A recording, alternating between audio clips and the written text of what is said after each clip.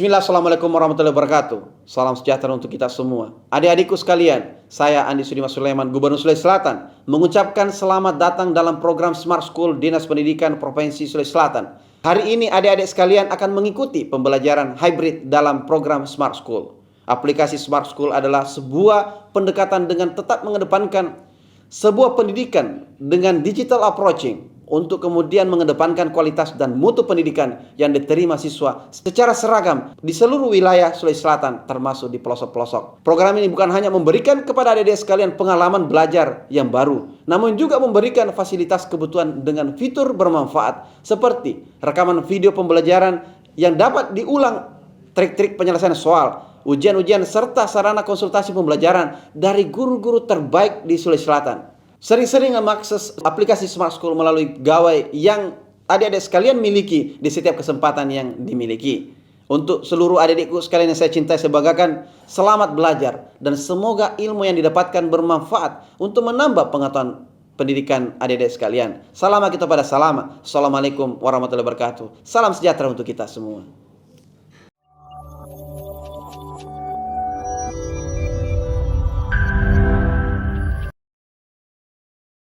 Assalamualaikum warahmatullahi wabarakatuh dan selamat pagi. Salam sejahtera untuk kita semua. Bersama saya Ibu Nur Laila, pada pertemuan kita hari ini kita akan membahas materi penulisan kata.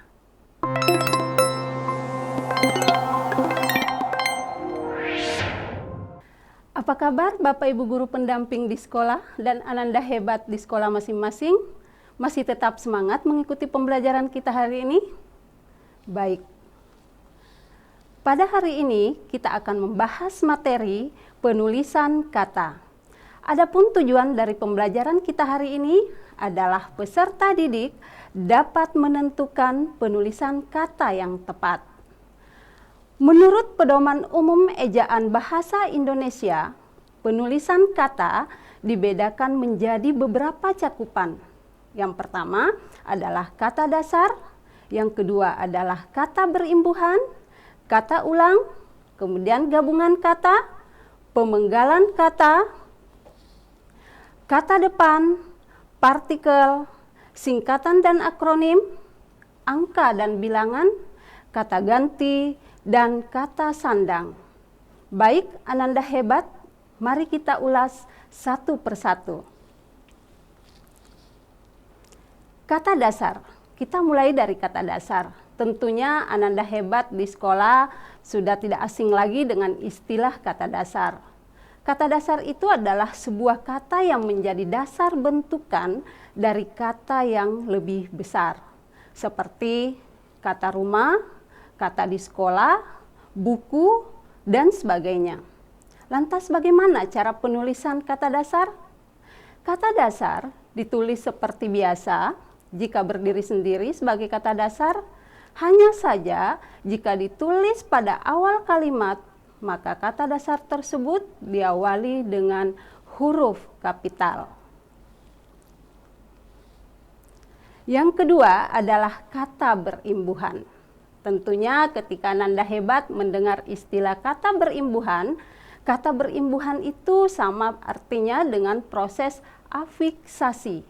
Di dalamnya sudah ada proses awalan, biasa juga disebut dengan prefiks, kemudian ada akhiran, biasa juga disebut dengan sufiks, kemudian gabungan di antara keduanya yang disebut dengan konfiks. Ada beberapa aturan atau pedoman di dalam menulis kata berimbuhan. Yang pertama, Nanda hebat bisa melihat bahwa imbuhan atau awalan, sisipan, akhiran ditulis serangkai dengan bentuk dasarnya. Namun ada catatan bahwa imbuhan yang diserap dari bahasa asing atau unsur asing seperti isme, man, wati, atau wi ditulis serangkai dengan bentuk dasarnya. Yang kedua, Ananda hebat, bentuk terikat ditulis serangkai dengan kata yang mengikutinya. Ini seperti kata adi busana, jadi adi ditulisnya serangkai tidak terpisah dari kata adi kemudian busana. kemudian infrastruktur, proaktif, dan sebagainya. Catatan yang Ananda harus ketahui bahwa bentuk terikat yang diikuti oleh kata yang berhuruf awal kapital atau singkatan berupa huruf kapital dirangkaikan dengan menggunakan tanda hubung. Salah satu contoh, non-Indonesia. Kata Indonesia ditulis dengan huruf kapital, sehingga ketika kata non akan melekati kata Indonesia, maka diberikan tanda hubung seperti yang Ananda bisa lihat di layar, non-Indonesia, pan-Afrikanisme. Afrika itu adalah huruf kapital sehingga diberikan tanda hubung.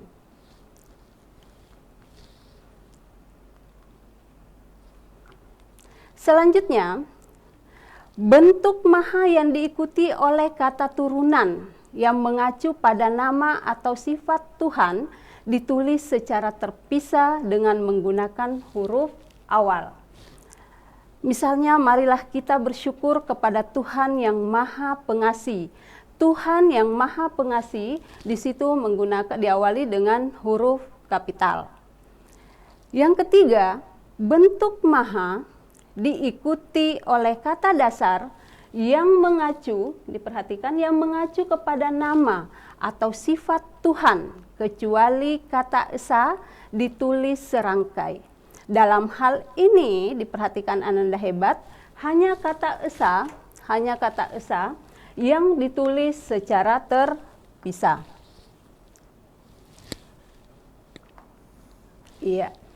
Nah, contoh Tuhan yang Maha Kuasa. Ini kata Maha Kuasa penulisannya dirangkaikan. Tuhan yang Maha Kuasa menentukan arah hidup kita.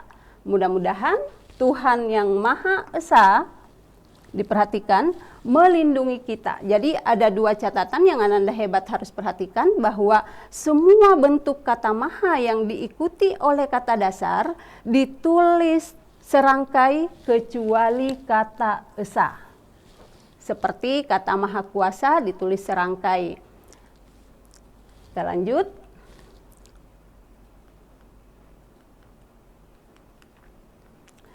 Sekarang kita masuk di gabungan kata. Gabungan kata, yang pertama ada beberapa pedoman yang Ananda hebat harus perhatikan. Yang pertama adalah unsur gabungan kata yang lazim, biasa juga disebut dengan kata majemuk, termasuk istilah khusus, itu ditulis secara terpisah. Salah satu contoh, orang tua, cenderamata, rumah sakit. Jadi ketika Ananda mau menulis kata-kata tersebut, maka penulisannya ditulis terpisah. Yang kedua, gabungan kata yang dapat menimbulkan salah pengertian ditulis dengan membubuhkan tanda hubung di antara unsur-unsurnya.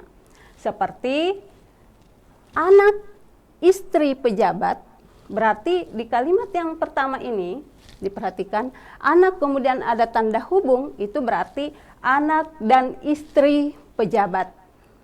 Kemudian anak istri tanda hubung pejabat. Berarti di situ adalah anak istri dari pejabat. Silahkan dicermati Ananda hebat bagaimana pedoman di dalam penulisan gabungan kata. Selanjutnya, kata depan. Kata depan, ada beberapa jenis kata depan. Yang pertama adalah di, ke, dan dari. Ini cara penulisannya adalah ditulis secara terpisah dari kata yang mengikutinya.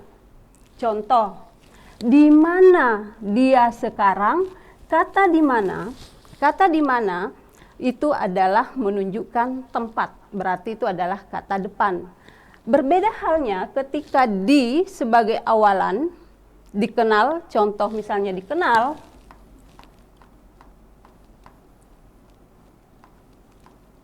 kata dikenal penulisannya harus bersambung karena posisi di situ adalah sebagai awalan, bukan sebagai kata depan. Kain itu disimpan di dalam lemari. di dalam lemari. Jadi penulisannya juga terpisah. Dia ikut terjun ke tengah kancah perjuangan, ke tengah, penulisannya berpisah. Mari kita berangkat ke kantor. Jadi Ananda hebat, Ibu bisa memberikan satu simpulan bahwa di dalam menulis kata depan yang membedakan antara kata depan dan awalan yang paling mudah diketahui adalah jika menunjukkan tempat, maka itu adalah kata depan dan penulisannya ditulis secara terpisah.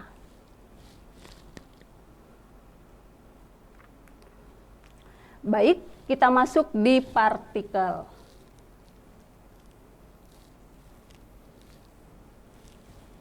Partikel, setidaknya Nanda hebat sudah bisa tahu, sudah bisa memahami yang mana saja yang termasuk dengan partikel. Partikel la, ka, tah, dan pun, coba diperhatikan, bacalah buku itu baik-baik, maka penulisannya bersambung. Apakah yang tersirat di dalam surat itu? Kemudian di nomor 2, partikel pun ditulis terpisah dari kata yang mendahuluinya. Ada perbedaan dari kata apapun.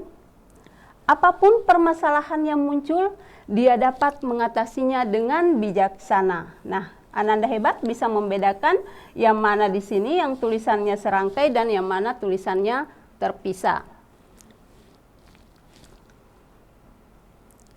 Kemudian selanjutnya, ada catatan bahwa partikel yang merupakan unsur kata penghubung ditulis secara serangkai. Jadi ini yang menjadi kata kunci, bahwa kata penghubung ditulis serangkai. Misalnya yang menggunakan ada kata partikel, misalnya meskipun. Selanjutnya adalah walaupun. Adapun, bagaimanapun, itu ditulis secara bersambung atau serangkai. Di luar itu ditulis secara terpisah jika tidak mengandung unsur kata penghubung. Selanjutnya, partikel per yang berarti demi, coba diperhatikan Anda hebat, demi, tiap, atau mulai ditulis terpisah dari kata yang mengikutinya. Salah satu contoh, mereka masuk ke dalam ruang rapat satu per satu. Jadi kata per di sini tidak disatukan dari kata yang ada di depan ataupun di akhirnya, tetapi ditulis secara terpisah. Mereka masuk ke dalam ruang rapat satu per satu. Itu tadi adalah aturan penulisan untuk partikel. Selanjutnya, singkatan dan akronim. Ini juga bukan hal baru buat Ananda, sering Ananda gunakan. Apa sih yang membedakan antara singkatan dan akronim? Kalau dilihat dari konsep keduanya, sama-sama memendekkan. Hanya saja kalau singkatan itu adalah memendekkan, biasanya adalah huruf antar huruf di dalam sebuah kalimat. Huruf dari masing-masing kata di dalam sebuah kalimat. Sementara akronim, biasanya yang digabung adalah suku kata, yang biasanya menjadi sebuah kata yang wajar.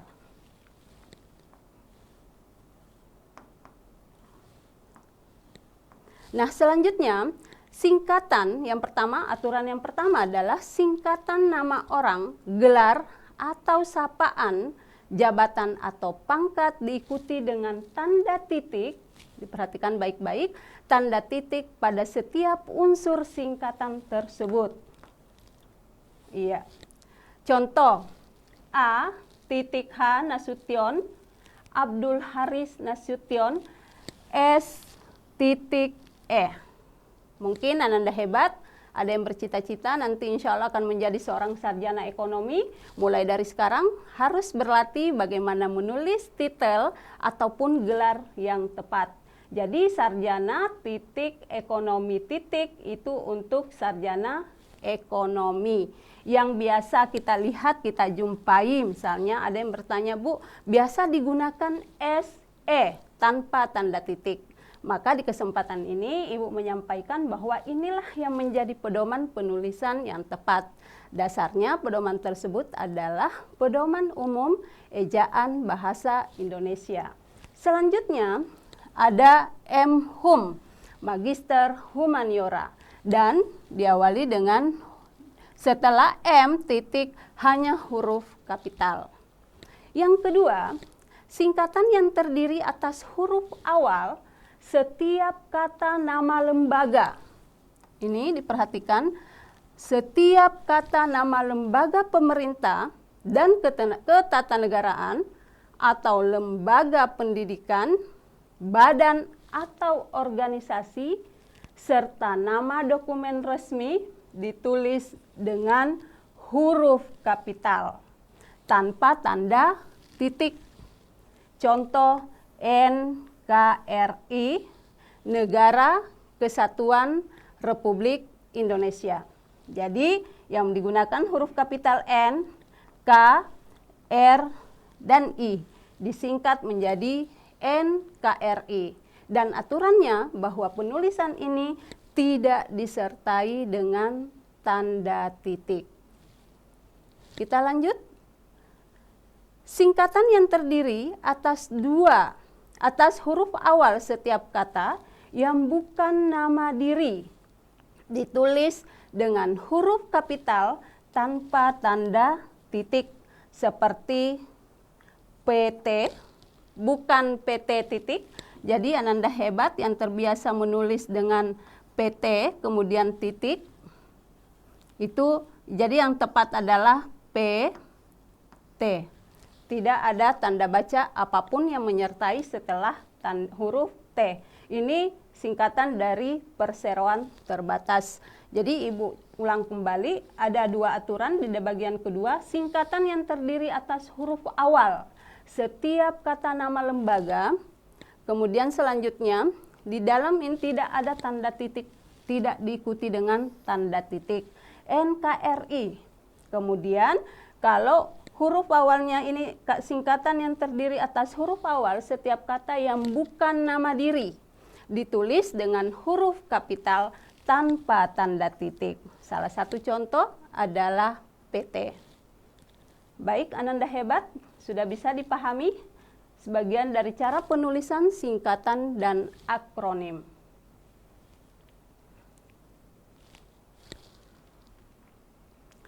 Yang ketiga, singkatan yang terdiri atas 3 huruf atau lebih diikuti dengan tanda titik. Jadi ini misalnya halaman ada 3 huruf, H, L, dan M, kemudian diakhiri dengan tanda titik. Karena aturannya adalah terdiri atas 3 huruf atau lebih diikuti dengan tanda titik. Yang kedua, DLL titik. Maksudnya DLL ini adalah dan lain-lain. Ketika disingkat, maka ini harus diakhiri dengan tanda baca titik. Yang keempat, singkatan yang terdiri atas 2 huruf yang lazim, yang biasa dipakai dalam surat menyurat. Jadi tidak semua juga diperhatikan, tidak semua 2 kata ini bisa disingkat. Yang menjadi catatan adalah 2 huruf yang lazim atau biasa digunakan di dalam persuratan, maka aturannya adalah masing-masing diikuti tanda titik. Contoh, A titik, N titik. Ini singkatan dari atas nama.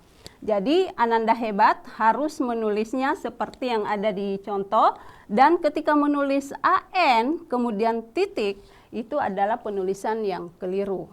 Ataupun A kemudian N tidak ada tanda titiknya, itu juga keliru. Jadi harus ada titik di antara masing-masing huruf yang disingkat. Kemudian selanjutnya, lambang kimia, singkatan, satuan ukuran, takaran, timbangan, ataupun mata uang tidak diikuti dengan tanda titik. Salah satu contoh, ketika Ananda hebat mau menulis misalnya 1.000 rupiah, maka di depan rupiah ini tidak ada tanda titik. Diperhatikan, tidak diikuti oleh tanda titik. Jadi langsung saja rupiah, kemudian berapa rupiah yang Ananda mau tulis.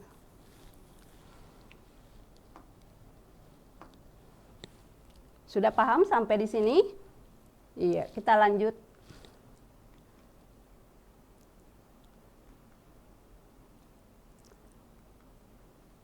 Selanjutnya, akronim nama diri yang terdiri dari huruf awal setiap singkatan dapat ditulis dengan huruf kapital tanpa tanda titik. Jadi, Ananda bisa lihat BIN, Badan Intelijen Negara. Ini kata BIN ditulis tanpa menggunakan tanda titik. Iya. Ibu ulang, akronim nama diri yang terdiri atas huruf awal setiap kata ditulis dengan huruf kapital tanpa tanda titik. B, Badan Intelijen Negara. Disingkat menjadi BIN, tidak ada tanda baca apapun setelah kata BIN. Yang kedua, akronim nama diri yang berupa gabungan suku kata. Jadi diperhatikan, berupa gabungan suku kata atau gabungan huruf dan suku kata. Diperhatikan, dan suku kata dari deret kata ditulis dengan huruf awal kapital. Ibu ulang, akronim nama diri yang berupa gabungan suku kata atau gabungan huruf dan suku kata dari deret kata ditulis dengan huruf awal kapital. Salah satu contoh, Bulog, singkatan dari Badan Urusan Logistik. Bagaimana cara penulisan yang tepat dari kata Bulog? Harus diawali dengan huruf kapital. Jadi hanya huruf B-nya saja yang diawali dengan huruf kapital. Selebihnya tetap menggunakan huruf kecil. Selanjutnya, akronim bukan nama diri yang berupa gabungan huruf awal. Ini diperhatikan, bukan nama diri yang berupa gabungan huruf awal atau suku kata atau kata suku kata ditulis dengan huruf kecil. Perhatikan, IPTEK, singkatan dari Ilmu Pengetahuan dan Teknologi. Ananda hebat, tidak perlu menulisnya dengan mengawali huruf kapital, tetapi secara keseluruhan menggunakan huruf kecil. Ibu ulang, akronim bukan nama diri yang berupa gabungan huruf awal atau suku kata atau gabungan suku kata ditulis dengan huruf kecil. Jadi ada yang menjadi pembeda di antara nomor 7 dan nomor 8. Baik, Ananda hebat. Nah, sekarang kita masuk di angka dan bilangan.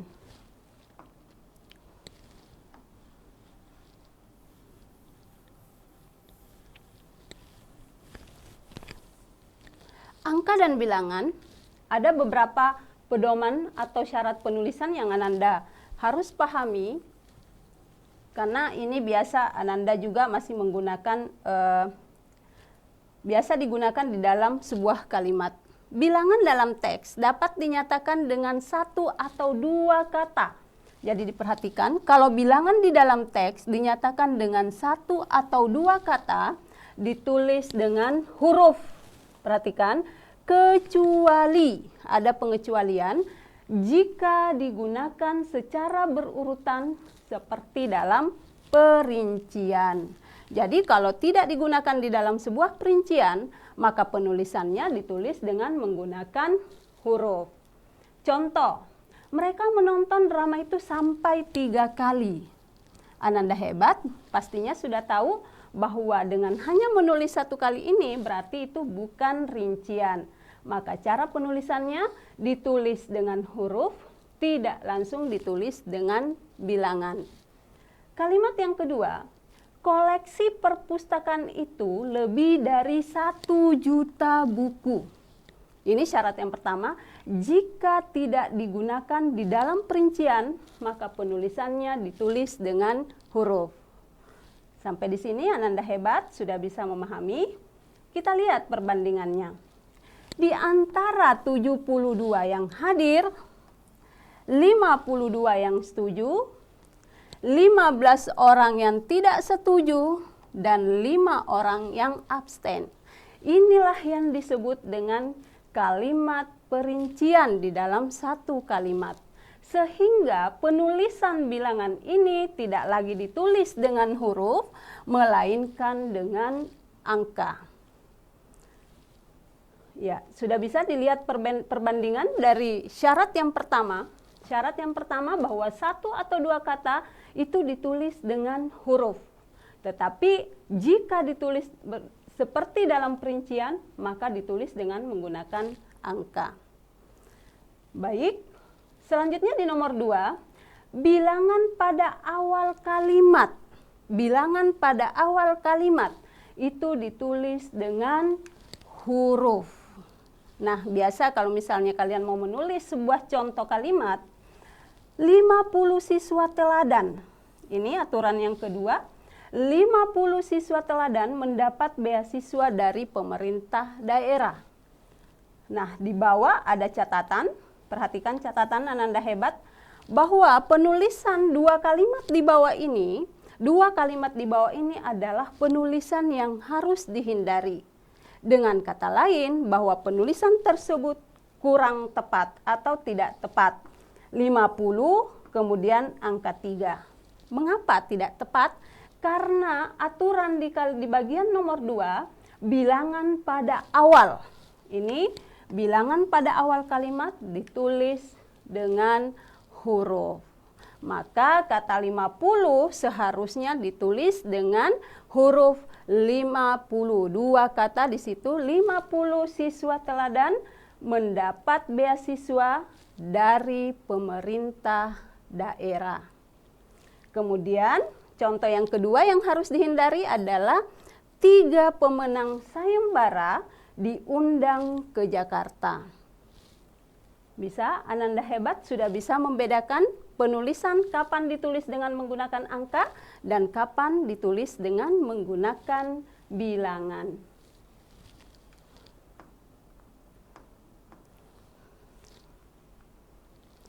Selanjutnya, masih di angka dan bilangan. Masih ada syarat, masih ada pedoman yang harus Ananda pahami. Yang pertama, bahwa apabila bilangan pada awal kalimat tidak dapat dinyatakan, ini tidak dapat dinyatakan dengan 1 atau 2 kata, maka susunan kalimatnya harus diubah. Ini perhatikan contoh, karena ini terkait tadi dengan penjelasan Ibu sebelumnya. Diperhatikan, apabila bilangan pada awal kalimat yang tidak dapat dinyatakan dengan 1 atau 2 kata, maka susunan kalimatnya diubah. Contoh, panitia mengundang 250 orang peserta. Ini coba diperhatikan, tadi ada aturan bahwa ketika kita menulis di awal, maka harusnya ditulis dengan menggunakan huruf. Maka inilah yang harus dihindari. Kata 250 orang peserta diundang panitia. Maka diubah menjadi, supaya kalimatnya tepat, panitia mengundang 250 orang peserta. Agar penulisannya tepat. Jadi ada syarat, kalau tidak dapat dinyatakan dengan 1 atau 2 kata, maka penulisannya, kalimatnya harus diubah. Mengapa? Mengapa harus diubah? Karena ketika Ananda hebat menggunakan kata 250, maka tidak lagi menggunakan pedoman yang sebelumnya. Iya, jadi diperhatikan.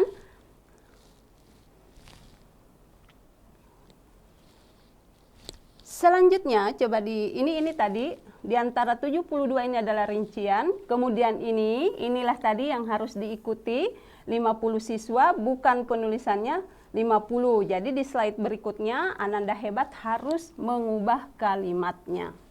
Insya Allah tentunya Ananda hebat sudah bisa memahami cara penulisan bilangan dan angka. Selanjutnya, ya, kata ganti. Kita pindah ke kata ganti. Yang mana saja yang disebut dengan kata ganti? Ada kata gantiku, ada kata ganti kau. Bagaimana cara penulisannya? Jadi, cara menulis kata ganti ditulis serangkai dengan kata yang mengikutinya. Jadi, Ananda hebat. Kata ganti, misalnya kata ganti kepunyaan, aku, kamu, kemudian disingkat menjadi kumudannya, ditulis serangkai dengan kata yang mendahulunya. Rumah itu telah kujual. Berarti kata gantinya berasal dari kata ganti aku. Majalah ini boleh kau baca. Berarti ini penulisannya harus bersambung. Bukuku, bukumu, dan bukunya tersimpan di perpustakaan. Rumahnya sedang diperbaiki. Ananda hebat bisa melihat bagaimana penggunaan atau cara penulisan kata ganti. Jadi simpulannya bahwa kata ganti itu ditulis diserangkai dengan kata yang mendahulunya.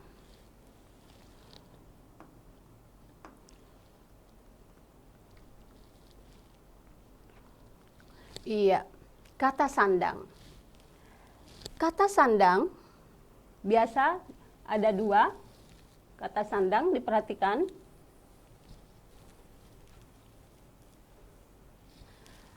Si dan sang ditulis terpisah.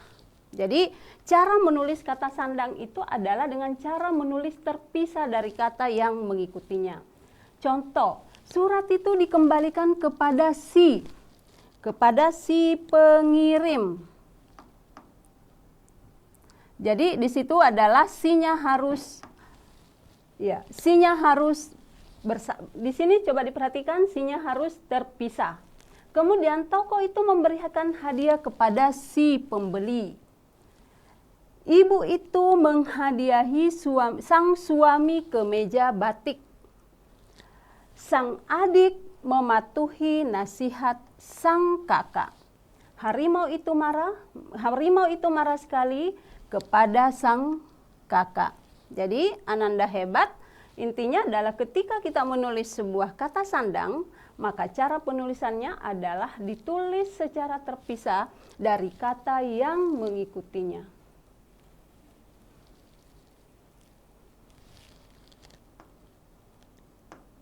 Iya. Sampai di sini Ananda hebat sudah bisa membedakan kira-kira dari tadi penyampaian Ibu bahwa penulisan kata mulai dari kata depan, kemudian kata berimbuhan, masuk di partikel, singkatan dan sebagainya. Ini Ananda hebat harus mengacu pada pedoman umum ejaan bahasa Indonesia atau biasa juga disebut dengan PUEB. Untuk lebih lanjutnya nanti Ananda hebat akan mendapatkan penguatan dari Bapak Ibu guru pendamping. Jadi Ibu sudah jelaskan bagaimana kata dasar, bagaimana kata berimbuhan, kata ulang, kemudian gabungan kata, pemenggalan kata. Ya. Ananda sudah bisa melihat bagaimana kira-kira aturannya, aturan dasar. Iya, gabungan kata tadi, kemudian masuk di singkatan, akronim, ini. Gabungan kata, Ibu perjelas kembali sedikit di bagian gabungan kata. Gabungan kata yang penulisannya terpisah, tetap ditulis secara terpisah jika mendapatkan awalan dan akhiran. Iya. Salah satu contoh diperhatikan awalan atau akhiran. Bertepuk tangan tidak ditulis secara serangkai atau digabung karena di sini adalah aturannya atau ditulis terpisah ketika mendapatkan awalan atau akhiran. Misalnya awali dari kata awali. Di sini awali berasal dari kata dasar awal dan diakhiri dengan akhiran i. Kemudian selanjutnya, kalau gabungan kata mendapatkan awalan dan akhiran, maka ditulis serangkai. Dilipat gandakan, berasal dari kata dasar lipat ganda, kemudian diberikan awalan dan akhiran, maka penulisannya ditulis secara serangkai. Bertanggung jawab, hanya awalan saja, maka kata bertanggung jawab ditulis secara terpisah. Beda halnya lagi kalau ibu menyebut kata mempertanggungjawabkan, berarti itu ditulis secara bersambung atau serangkai. Kemudian gabungan kata yang sudah padu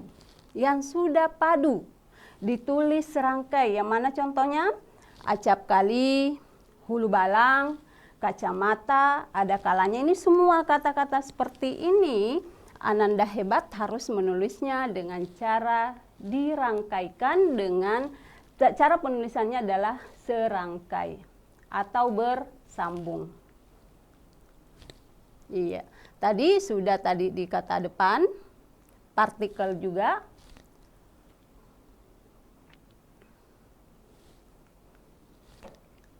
Nah, ini yang paling penting sebenarnya, semua mulai dari kata depan, kata dasar sampai sebentar di kata sandang, Ananda Hebat semuanya penting untuk diketahui. Mengapa? Karena penulisan dari masing-masing bagian ini memiliki pedoman yang berbeda-beda. Jadi Ananda harus cermat, harus menambah informasi lebih banyak terkait dengan pedoman umum ejaan bahasa Indonesia.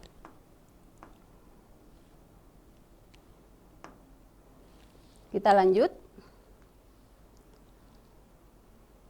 Ya, tadi Ibu sudah jelaskan bagaimana singkatan dan akronim. Singkatan dan akronim itu adalah dua hal yang sama kalau dilihat dari cara memendekkannya, tetapi cara pemendekannya yang berbeda sehingga ada yang masuk sebagai akronim dan ada sebagai singkatan.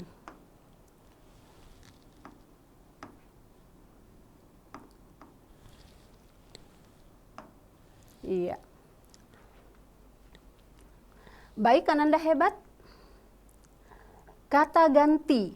Kata ganti tadi sudah Ibu jelaskan juga. Kata sandang. Nah, sekarang sebelum kita masuk untuk menguji pemahaman Ananda terkait dengan materi penulisan kata, ada beberapa trik dan tips yang mungkin bisa menjadi alternatif bagi Ananda ketika menyelesaikan soal. Yang pertama, dahulukan membaca soal yang sedang ditanyakan. Setelah itu barulah membaca paragraf dari permintaan soal tersebut. Yang kedua, gunakan teknik membaca cepat. Ini sangat penting buat Ananda. Ini sangat penting bagaimana Ananda dapat menemukan informasi di dalam sebuah teks dengan menggunakan teknik membaca cepat. Tadi tips yang pertama setidaknya dapat meminimalisasi waktu ketika Ananda mengerjakan soal. Kemudian yang ketiga, gunakan teknik membaca cermat untuk menjawab soal yang menanyakan informasi dari sebuah paragraf. Dan yang terakhir, perbanyak pemahaman kosakata dari KBBI dan tambah pengetahuan Ananda Hebat tentang PUEB. Jadi ketika Ananda mau menyelesaikan soal tentang penulisan kata, maka acuannya adalah pedoman umum ejaan bahasa Indonesia. Baik, Ananda Hebat sudah bisa memahami. Sekarang kita uji pemahaman Ananda melalui soal berikut. Iya. Silahkan dicermati. Kalimat manakah yang penulisan katanya salah? A. Penanaman kembali daerah pasca longsor merupakan pekerjaan yang tidak mudah. B. Kerjasama masyarakat dan pemerintah harus dijalin agar sungai terbebas dari sampah. C. Pelestarian lingkungan masing-masing sekolah dilakukan melalui kegiatan intrasekolah. D. Penanganan korban bencana banjir di beberapa daerah ditangani antar kementerian. Dan E. pendidikan lingkungan hidup yang tidak terencana dengan baik akan kontraproduktif. Baik, Ananda hebat, sudah bisa menemukan jawaban, kira-kira mana jawaban yang katanya salah. Silahkan dicermati soalnya, karena ini soal tidak menggunakan teks, baik itu penggalan paragraf ataupun dengan wacana, maka kita langsung di permintaan soal. Penulisan kata yang salah. Terkait dengan materi yang Ibu sudah sampaikan sebelumnya, maka kita yang pertama adalah mengidentifikasi dulu yang mana kata termasuk kata penulisan kata yang salah di bagian A. Kita lihat dulu, bagian A adalah pasca longsor, yang kedua adalah kerjasama, bagian C adalah intrasekolah, bagian D adalah antar kementerian, dan E adalah kontraproduktif. Bagaimana Nanda hebat? Sudah menemukan jawabannya? Kata yang salah. Berarti satu yang salah di antara 5 pilihan tersebut. Jadi ada 4 yang cara penulisannya sudah tepat. Sudah bisa diidentifikasi yang salah? Masih ingat tadi bagaimana penulisan dari kata pasca? Bagaimana cara penulisan kata kerjasama, intra, antar, dan kontraproduktif. Ini adalah materi dari gabungan kata. Kita lihat pembahasannya.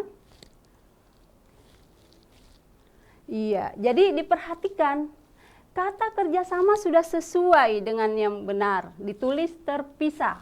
Dengan kata lain, pilihan B itu tidak sesuai karena yang diminta adalah pertanyaannya yang salah. Berarti B itu tadi adalah benar. Kemudian coba diperhatikan penulisan dengan bentuk terikat kata antar dalam ejaan yang benar ditulis terikat dengan kata benda yang diterangkannya atau diikutinya. Misalnya semua kata yang melekat, kata antar yang melekat pada kata diikutinya itu adalah penulisannya bersambung. Aturan penulisan bentuk terikat lainnya juga berlaku untuk kata pra, serba, pasca, anti, dan sebagainya, trans, dan sebagainya. Jadi semua kata yang dilekati dengan kata pasca, penulisannya bersambung. Misalnya pasca sarjana. Nah, kita kembali ke soal. Ini Ananda hebat kira-kira. Pasca longsor. Aturan penulisannya, semua kata pasca itu adalah penulisannya bersambung atau ditulis secara serangkai. Maka jawaban yang salah, karena yang diminta dari soal ini adalah yang salah, jawabannya adalah A. Sudah paham Ananda hebat? Jadi untuk B penulisan kerjasama sudah benar, harus ditulis secara terpisah. Bagian C, intrasekolah juga harus disambung. Kemudian semua kata antar, antar kota, antar kementerian, penulisannya juga bersambung. Dan yang terakhir adalah kontraproduktif. Jadi yang salah adalah bagian A. Baik, Ananda hebat. Untuk jawab Ananda yang sudah menjawab dengan tepat, Ibu mengapresiasi, selamat. Dan bagi yang belum tepat, kembali harus mencermati penggunaan kata melalui PUEB. Masih semangat Ananda hebat? Kita lanjut ke soal nomor 2. Baik. Soal nomor 2, ketika ayahnya datang, bukunya masih berserakan di lantai. Makna imbuhan beran pada kata yang bercetak tebal dalam kalimat. Jadi yang mau dicari adalah kata berserakan. Perhatikan bahwa masing-masing kata berimbuhan, baik yang dilekati dengan awalan, akhiran, ataupun gabungan, itu memiliki fungsi dan makna masing-masing. Insya Allah nanti bersama Bapak Ibu Guru pendamping akan diberikan penguatan terkait dengan fungsi dan makna dari proses afiksasi. Nah, untuk soal ini kita fokus di kata berserakan. Awalan ber dan akhiran an. A, pemimpin yang berpandangan. B, karena sama-sama kurang memperhatikan rambu lalu lintas, kedua mobil tersebut bertabrakan. C. Karena sudah lama tidak turun hujan, taman kota banyak yang gersang karena daun bunga berguguran. D. Walaupun berpenghasilan tinggi, ia juga tetap saja berpenampilan seperti orang yang tidak punya. D. Kedua kelompok itu tidak pernah mau saling mengerti. Oleh karena itu, mereka terus bermusuhan. Sekarang kita masuk di soal berserakan. Kira-kira makna dari kata beran, makna dari imbuhan beran pada kata berserakan di sini, kalau kita melihat bentuknya, berserakan itu adalah sesuatu yang banyak dan tidak teratur. Itu maknanya. Makanya sekarang kita carilah A sampai E, kira-kira mana kata yang memiliki makna yang sama, yaitu banyak dan tidak teratur. A. Berpandangan. Berarti di situ bernya dan annya tepat, tapi maknanya berbeda. Berpandangan itu adalah memiliki atau mempunyai pandangan. Kalau B. Bertabrakan berarti ada dua pihak. Berarti di sini menyatakan saling. Kemudian berguguran. Ananda hebat bisa mengasosiasikan pikiran Ananda ketika mendengar kata berguguran, berarti ada sesuatu yang banyak jatuh dan tidak teratur. Berarti kata berguguran ini memiliki makna yang sama dengan kata berserakan. Untuk sementara kita simpan dulu jawaban di bagian C. Kita lanjut di bagian D. Berpenghasilan berarti memiliki penghasilan. Berarti antara A dengan D memiliki makna yang sama, tapi berbeda dengan soal. Kemudian di E, bermusuhan, sama halnya dengan makna yang ada di bagian B. Jadi jawaban yang paling tepat adalah kata berguguran. Tentunya Ananda hebat juga sudah mendapatkan jawaban yang tepat ya. Jadi nanti ini mengenai fungsi dan makna dari proses afiksasi, baik dari awalan, prefiks maupun dari sufiks dan konfiks, akan diberikan penguatan dari Bapak dan Ibu guru di sekolah masing-masing. Sudah paham? Masih mau lanjut? Masih semangat ya? Iya. Ini tadi pembahasannya. Jadi jawaban yang paling tepat itu adalah C. Kita masih ada satu soal. Nah ini Ibu ingatkan kembali terkait dengan tips yang Ibu berikan di bagian cara menyelesaikan soal. Ketika kita pertama kali tidak langsung membaca soal. Mengapa? Ini tujuannya adalah untuk mengefektifkan waktu yang digunakan di dalam menyelesaikan soal.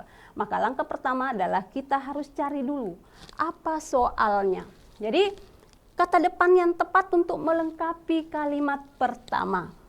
Nah, ini bukti bahwa tidak perlu menyelesaikan secara keseluruhan dari kalimat yang ada di dalam teks untuk bisa mendapatkan jawaban yang tepat. Jadi Ananda hebat, fokus di kalimat nomor 1.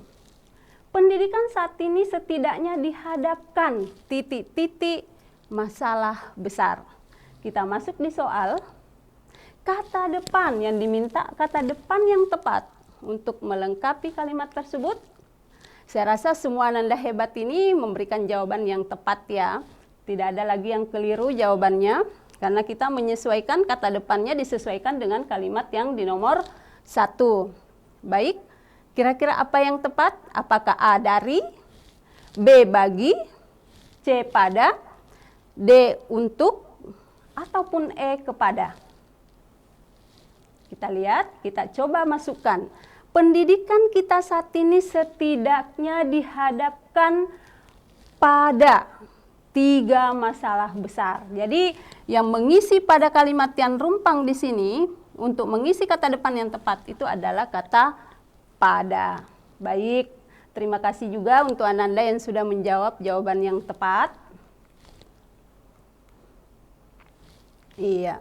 Jadi penggunaan kata depan yang tepat untuk melengkapi teks tersebut adalah pada. Pada kalimat tersebut menjelaskan tentang pendidikan yang dihadapkan pada 3 masalah besar. Berarti jawaban yang paling tepat adalah C. Baik, Ananda hebat.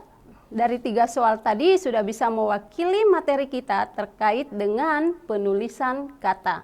Sekali lagi saya sampaikan bahwa materi penulisan kata ini yang menjadi acuan utama bagi Ananda hebat semua adalah Pedoman Umum Ejaan Bahasa Indonesia atau biasa juga disebut dengan PUEB. Selanjutnya, harapan terbesar kami adalah penguatan dari Bapak dan Ibu guru hebat juga di sekolah masing-masing. Akhir kata, di akhir pertemuan ini, Ibu tutup dengan ucapan Alhamdulillahirabbil alamin. Terima kasih. Assalamualaikum warahmatullahi wabarakatuh dan salam literasi.